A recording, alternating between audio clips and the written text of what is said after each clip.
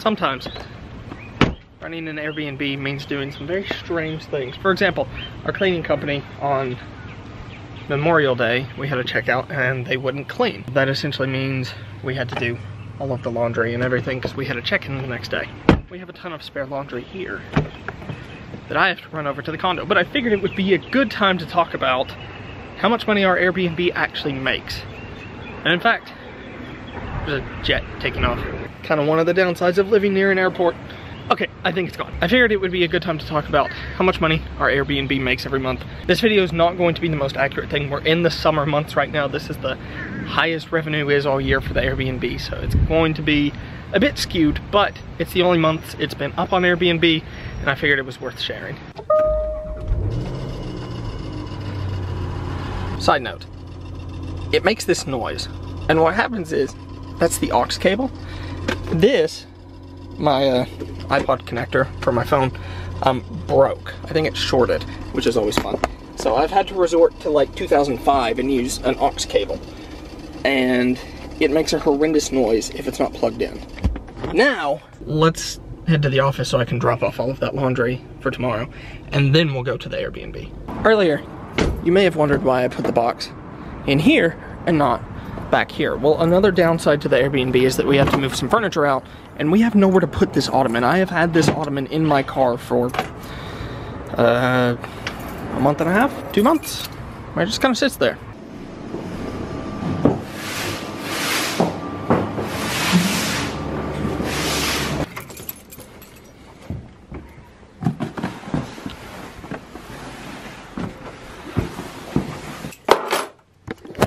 So before we go, let's talk some numbers.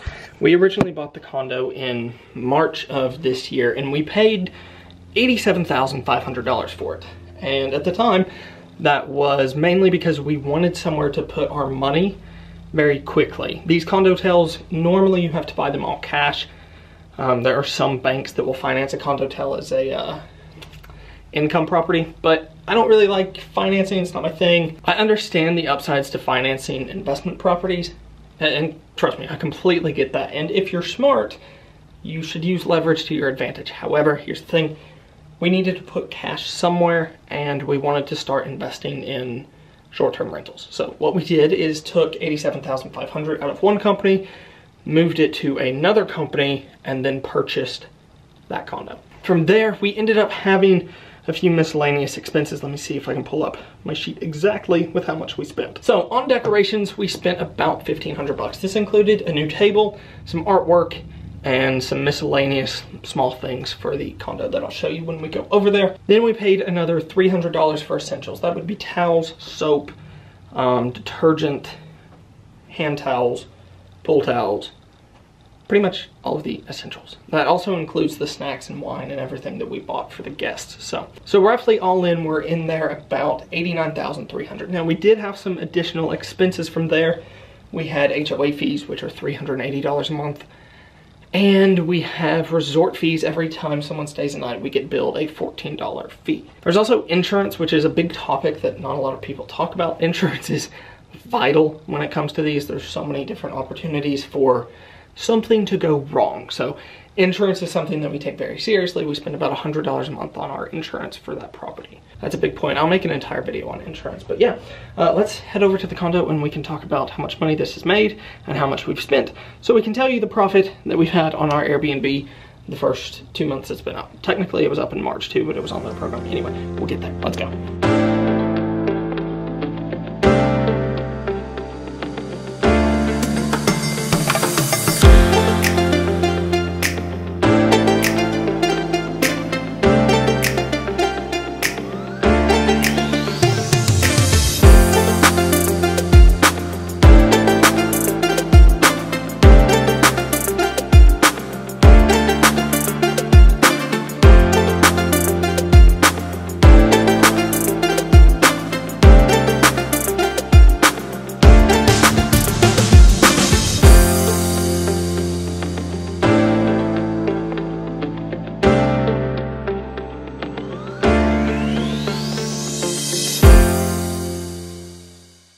So I'm here, and it's truck week. This place is busy as hell, but it's almost the perfect day to be here and check out the condo because I need to see if everything's in good condition after the last guest checked out, because I have suspicions.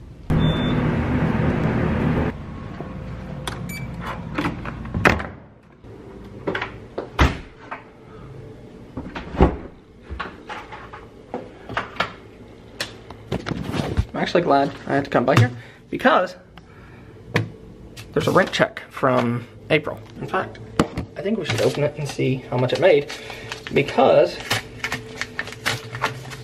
it kind of applies to the video. What? Really? Wow, I can actually say I'm quite surprised by that, because I did not expect it had made that much in that month. That's disgusting. Look at this mirror.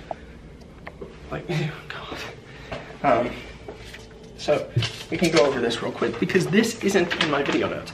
So before it was put on Airbnb, it was on the in-house rental program, which essentially just means that they take 50%, the lobby downstairs, and they manage the entire thing. It's a pretty fair deal. All things considered, we're running at about a 50-60% margin, so it's pretty fair. But yeah, so let's see. It was rented 10 nights.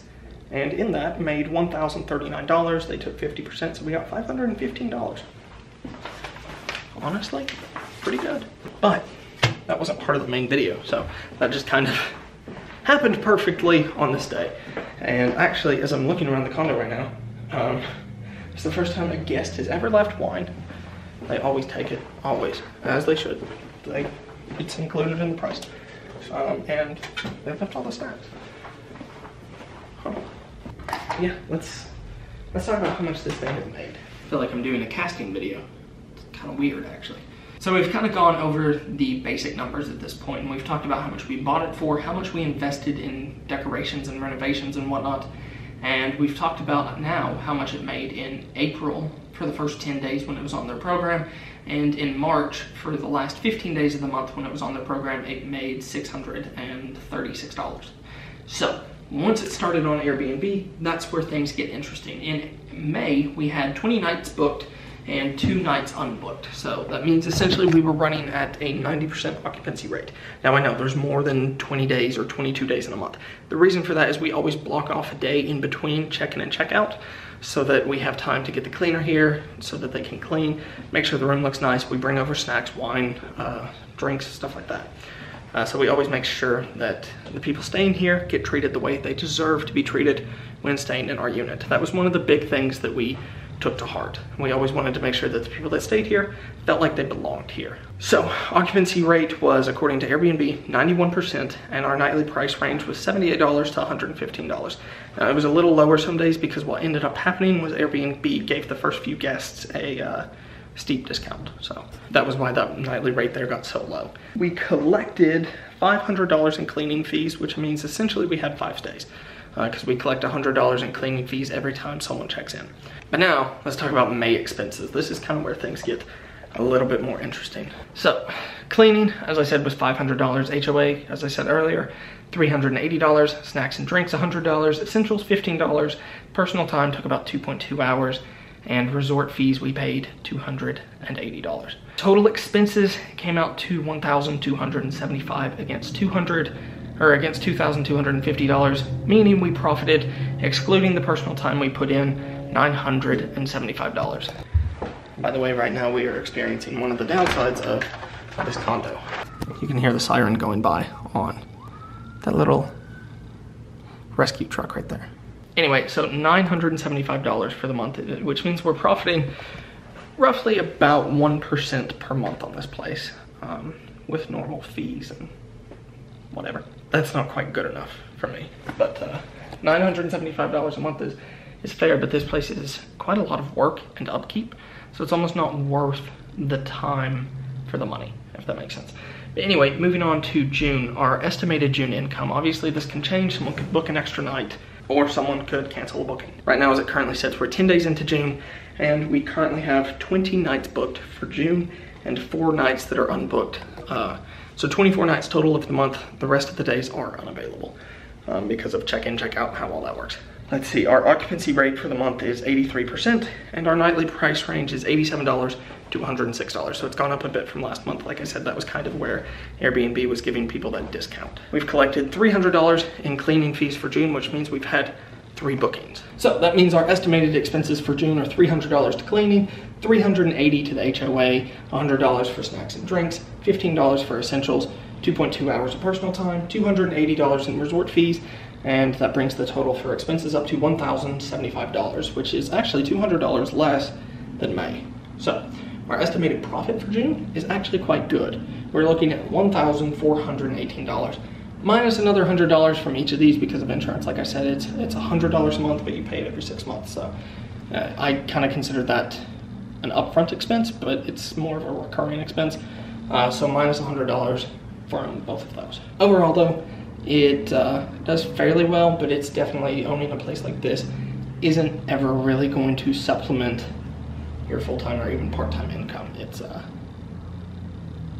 nice little thing to have on the side. I would really recommend a condotel if you find a location that you want to vacation frequently and like make that your town that you vacation in.